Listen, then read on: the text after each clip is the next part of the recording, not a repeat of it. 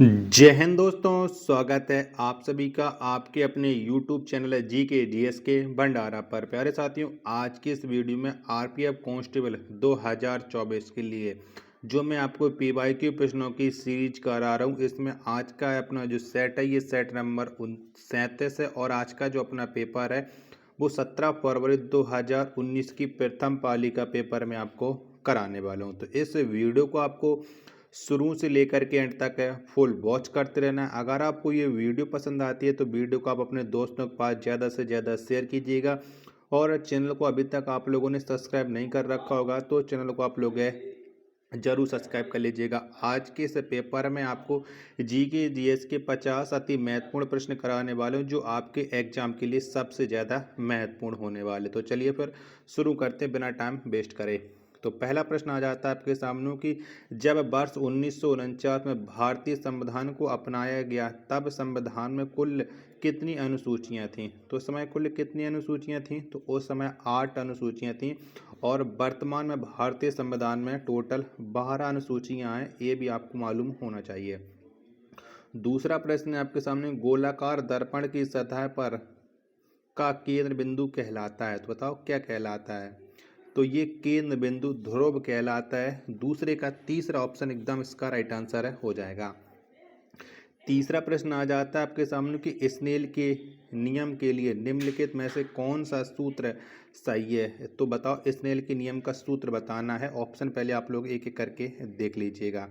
तो इसका जो सही सूत्र है वो है sine i upon sine r बराबर स्थिरांक, यानी 3 का पहला ऑप्शन राइट आंसर है हो जाएगा। चौथा प्रश्न है आपके सामने कि पंचायती चुनाव लड़ने की न्यूनतम आयु है। तो बताओ कौन सी है। तो पंचायती चुनाव लड़ने की जो न्यूनतम आयु वो 21 साल है। 4 का पहला ऑप्शन है वो करेक्ट आंसर है हो जाएगा। पांचवा प्रश्न आ जाता है कि ओजोन का रासायनिक सूत्र क्या है। तो बताओ कौन सा है। तो ओजोन का जो रासायनिक सूत्र है वो आपका O3 है, यानी 5 का तीसरा ऑप्शन एकदम इसका राइट आंसर है हो जाएगा। चलिए अगला प्रश्न आ जाता है, प्रश्न संख्या 6 है आपके सामने कि निम्नलिखित में से कौन सा खिलाड़ी फुटबॉल से संबंधित है। तो बताओ इनमें से एक खिलाड़ी ऐसा है जिसका संबंध फुटबॉल से है, तो वो कौन सा है। तो वो खिलाड़ी है डेविड बेकहम, यानी 6 का दूसरा ऑप्शन एकदम राइट आंसर है हो जाएगा। चलिएगा सातवां प्रश्न आ जाता है आपके सामने कि धातुओं को पतले तारों में परिवर्तन करने की क्षमता को क्या कहा जाता है। तो बताओ क्या कहते हैं। तो धातुओं को पतले तारों में परिवर्तित करने की जो क्षमता होती है इसे तन्यता कहा जाता है। क्या? तन्यता। 7 का दूसरा ऑप्शन एकदम इसका करेक्ट आंसर है हो जाएगा। आठवां प्रश्न है कि किसी पदार्थ की 1 मोल का द्रव्यमान कहलाता है। तो क्या कहलाता है ये आपको बताना है। वीडियो पसंद आ रही होगी तो वीडियो को आपको लाइक जरूर कर देना है। चैनल को सब्सक्राइब नहीं कर रखा होगा, चैनल को आप लोग जरूर सब्सक्राइब कर लीजिएगा। चारों ऑप्शन आपकी स्क्रीन पर शो हो चुके हैं। तो ये परमाणु भार परमाणु भार नहीं, मोलर द्रव्यमान कहलाता है। तीसरा ऑप्शन है वो 8 का करेक्ट आंसर है हो जाएगा। नौवां प्रश्न की उपोष्ण कटिबंधीय उच्च दाब पेटियों को डॉट डॉट के रूप में जाना जाता है। तो बताओ इसे किसके रूप में जाना जाता है। 9 का आंसर आपको बताना है। चारों ऑप्शन वो आपकी स्क्रीन पर शो रहा है। तो इसे अश्व अक्षांश के नाम से जाना जाता है। ऑप्शन संख्या 4 है वो इसका राइट आंसर है हो जाएगा। 10वां प्रश्न है कि महावीर के पिता कौन थे। तो बताओ कौन थे महावीर स्वामी के पिता का नाम आपको बताना। तो इनका जो नाम है वो सिद्धार्थ था। 10 का ऑप्शन संख्या 3 है वो राइट आंसर है हो जाएगा। 11वां प्रश्न है आपके सामने कि क्षेत्रीय परिषद निम्नलिखित में से किस मंत्रालय के अंतर्गत आता है। तो कौन से मंत्रालय के अंतर्गत आता है क्षेत्रीय परिषद। 11 का आंसर आपको बताना है। चारों ऑप्शन आपकी स्क्रीन पर शो रहे हैं। तो ये आता है गृह मंत्रालय के अंतर्गत। 11 का दूसरा ऑप्शन देने वाले सभी लोगों का करेक्ट आंसर है हो जाएगा। 12वां प्रश्न है कि नेत्र गोलक लगभग डॉट डॉट का व्यास का होता है। बताओ कितना व्यास होता है नेत्र गोलक का। 12 का आंसर आपको बताना है। तो इसका व्यास होता है 2.3 सेंटीमीटर। ऑप्शन संख्या 4 है इसका राइट आंसर है हो जाएगा। 13वां प्रश्न आ जाता है कि निम्नलिखित में से कौन सा संगठन गैर कृषि उत्पाद बाजार अभिगम से संबंधित है। तो बताओ इसका संबंध किससे। 13 का आंसर आपको बताना है। चारों ऑप्शन आपकी स्क्रीन पर शो रहा है। तो इसका संबंध है विश्व व्यापार संगठन से। दूसरा ऑप्शन है वो करेक्ट आंसर है, हो जाएगा। 14वां प्रश्न है आपके सामने कि नीति आयोग में अंशकालिक सदस्यों की अधिकतम संख्या है, तो बताओ कितनी है नीति आयोग में। 14 का आंसर आपको बताना। तो इसमें अधिकतम सदस्यों की जो संख्या है वो है 2। 14 का पहला ऑप्शन है वो राइट आंसर है, हो जाएगा। 15वां प्रश्न आ जाता है आपके सामने कि 1927 में ब्रिटिश सरकार द्वारा नियुक्त भारतीय सांविधिक आयोग के अध्यक्ष कौन थे। तो इसके अध्यक्ष आपको बताना है। ऑप्शन में आपको दिखा दे रहा हूँ, चारों ऑप्शन आपकी स्क्रीन पर ये शो हो रहा है। तो इसके जो अध्यक्ष थे वो थे जॉन साइमन, यानी 15 का दूसरा ऑप्शन बताने वाले सभी लोगों का राइट आंसर है, हो जाएगा। 16वां प्रश्न आ जाता है कि वे श्रमिक जो अपनी आजीविका चलाने के लिए स्वयं किसी उद्योग के मालिक हैं और उसका संचालन करते हैं कहलाते हैं। तो बताओ क्या कहलाते हैं। 16 का आंसर आपको बताना है। चार ऑप्शन आपकी स्क्रीन पर शो रहा है। तो वो स्वनियोजित कहलाते हैं, यानी 16 का पहला ऑप्शन है वो राइट आंसर है, हो जाएगा। अगर आपको ये वीडियो पसंद आ रही होगी तो प्लीज़ वीडियो को लाइक जरूर कर देना। 17वां प्रश्न है आपके सामने कि इल्लिकल साड़ी की उत्पत्ति किस राज्य में हुई। तो कौन से राज्य में हुई। तो इल्लिकल साड़ी है, इसकी जो उत्पत्ति है वो कर्नाटक राज्य में हुई। 17 का तीसरा ऑप्शन है वो राइट आंसर है, हो जाएगा।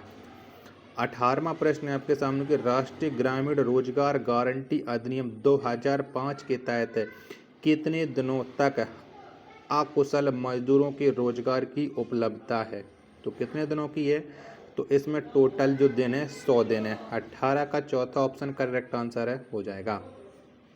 19वां प्रश्न आ जाता है कि वर्ष 1779 में अफगानी शासक याकूब खान के साथ किस सरकार ने गंडमक की संधि पर हस्ताक्षर किए। तो किसने किए थे। तो उस समय कौन सी सरकार थी, है किसका शासन था। तो ये थे ब्रिटिश ने की थी। 19 का चौथा ऑप्शन करेक्ट आंसर है, हो जाएगा। 20वां प्रश्न आ जाते कि राष्ट्रीय अनुसूचित जाति आयोग एक डॉट डॉट है। तो बताओ यह क्या है। 20 का आंसर आपको बताना। तो यह एक संवैधानिक निकाय है, यानी 20 का दूसरा ऑप्शन है वो राइट आंसर है, हो जाएगा। 21वां प्रश्न कि निम्नलिखित में से कौन सा घेंगा रोग का लक्षण है। तो बताओ इनमें से एक है जो घेंगा रोग का लक्षण है। 21 का राइट आंसर है, क्या हो जाएगा। तो ये गर्दन में सूजन, ये घेंगा रोग का लक्षण है। तीसरा ऑप्शन करेक्ट आंसर हो जाएगा। चलिएगा अगला प्रश्न है, प्रश्न संख्या आपके सामने 22 है कि कोरियोलिसिस बल द्वारा दक्षिण गोलार्ध में हवा कैसे विक्षेपित होती है। तो कैसे विक्षेपित होती है। 22 का आंसर आपको बताना है। तो ये बाईं ओर है, हवा विक्षेपित होती है। दूसरा ऑप्शन है वो करेक्ट आंसर है, हो जाएगा। 23वां प्रश्न आ जाता है कि निम्नलिखित में से किस वर्ष लखनऊ अधिवेशन आयोजित हुआ जिसमें मुस्लिम लीग ने भारतीय राष्ट्रीय कांग्रेस के साथ एक समझौते पर हस्ताक्षर किए। तो कब हस्ताक्षर किए थे ये आपको बताना है। फटाफट से बताओ इसका राइट आंसर है, क्या हो जाएगा। तो ये हस्ताक्षर है 1916 में किए गए थे।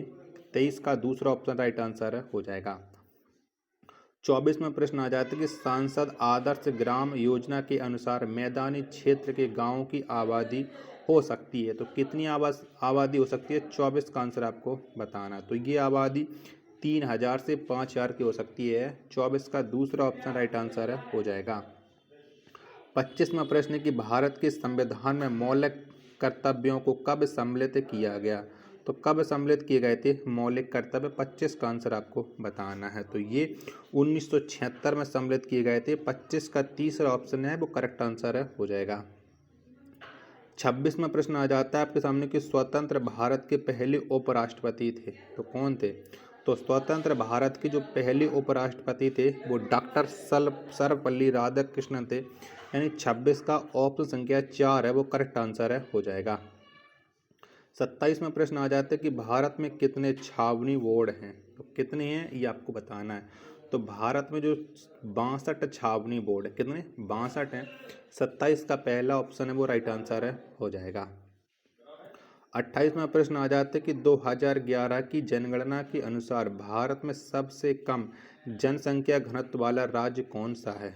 तो कौन सा है। तो सबसे कम जो जनसंख्या घनत्व वाला राज्य है वो अरुणाचल प्रदेश है। 28 का दूसरा ऑप्शन है वो करेक्ट आंसर है, हो जाएगा। 29वां प्रश्न है कि वर्ष 1885 में सेवा सदन की स्थापना किसने की? तो किसके द्वारा ये सेवा सदन की स्थापना की गई थी? तो ये स्थापना की गई थी बेह रामजी मालावारी के द्वारा, यानी 29 का दूसरा ऑप्शन है करेक्ट आंसर है, हो जाएगा। 30वां प्रश्न है आपके सामने कि निम्नलिखित में से कौन G8 देशों में से सम्मिलित नहीं है? बताओ इनमें से G8 में से इनमें से एक देश जो शामिल नहीं है वो कौन सा देश है? तो वो अपना प्यारा देश भारत नहीं है। 30 का चौथा ऑप्शन राइट आंसर हो जाएगा। प्यारे दोस्त, अगर आपको ये वीडियो पसंद आ रही हो तो प्लीज़ वीडियो को लाइक करें। चैनल को आप लोगों ने अभी तक सब्सक्राइब नहीं कर रखा होगा तो चैनल को आप लोग जरूर सब्सक्राइब कर लीजिएगा और वीडियो को अपने दोस्तों के पास एक बार शेयर जरूर कर दीजिएगा। 31वां प्रश्न आ जाता है कि प्रसिद्ध लॉर्ड्स क्रिकेट ग्राउंड निम्नलिखित में से किस स्थान पर है? तो बताओ ये लॉर्ड्स क्रिकेट ग्राउंड कहाँ पर है? तो ये लंदन में है। 31 का तीसरा ऑप्शन है वो राइट आंसर है, हो जाएगा। 32वां प्रश्न आ जाता है कि एक स्थिर बिंदु को पार करने के लिए दो लगातार संकुचन अथवा विरलन द्वारा लिया गया समय क्या कहलाता है? तो वो क्या कहलाता है? 32 का आंसर आपको बताना है। तो ये तरंग का समयांतराल कहलाता है। पहला ऑप्शन है वो राइट आंसर है, हो जाएगा।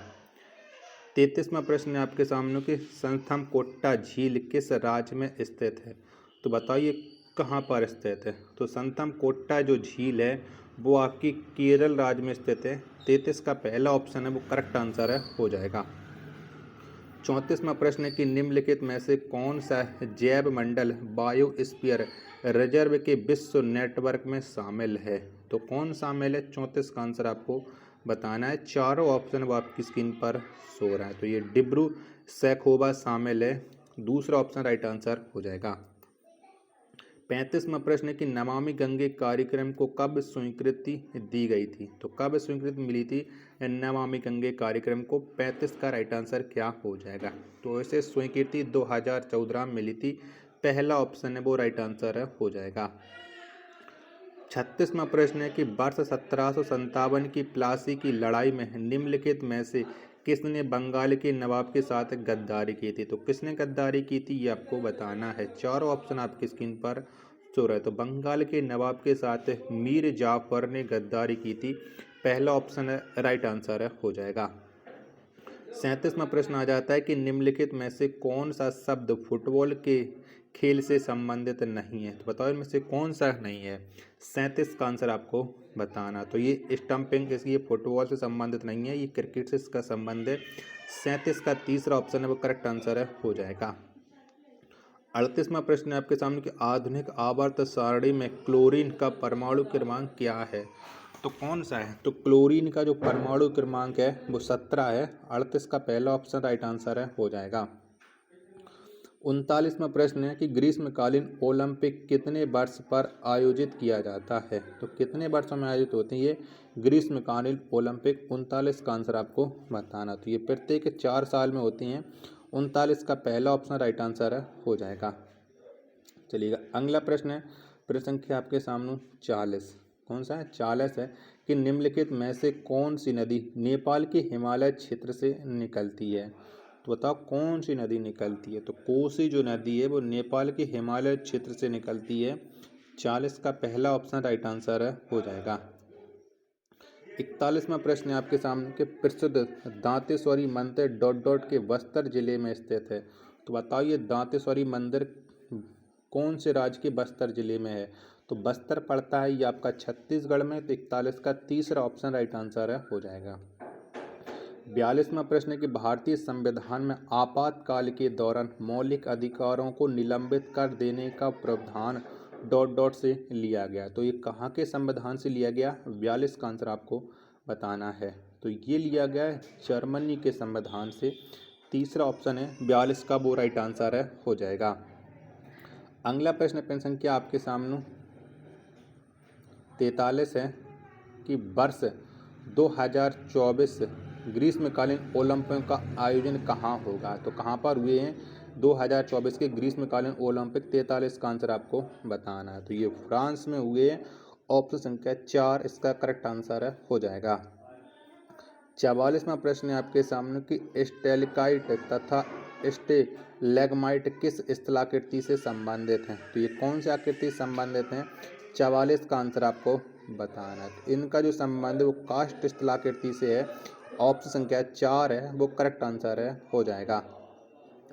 45वां प्रश्न है कि वर्ष 1866 में दादा भाई नौरोजी द्वारा में ईस्ट इंडिया एसोसिएशन की स्थापना में की गई थी। तो कहाँ पर हुई थी ये दादा भाई नौरोजी के द्वारा ईस्ट इंडिया एसोसिएशन की स्थापना, 45 का आंसर आपको बताना है। तो ये स्थापना लंदन में हुई थी। दूसरा ऑप्शन है वो राइट आंसर है, हो जाएगा।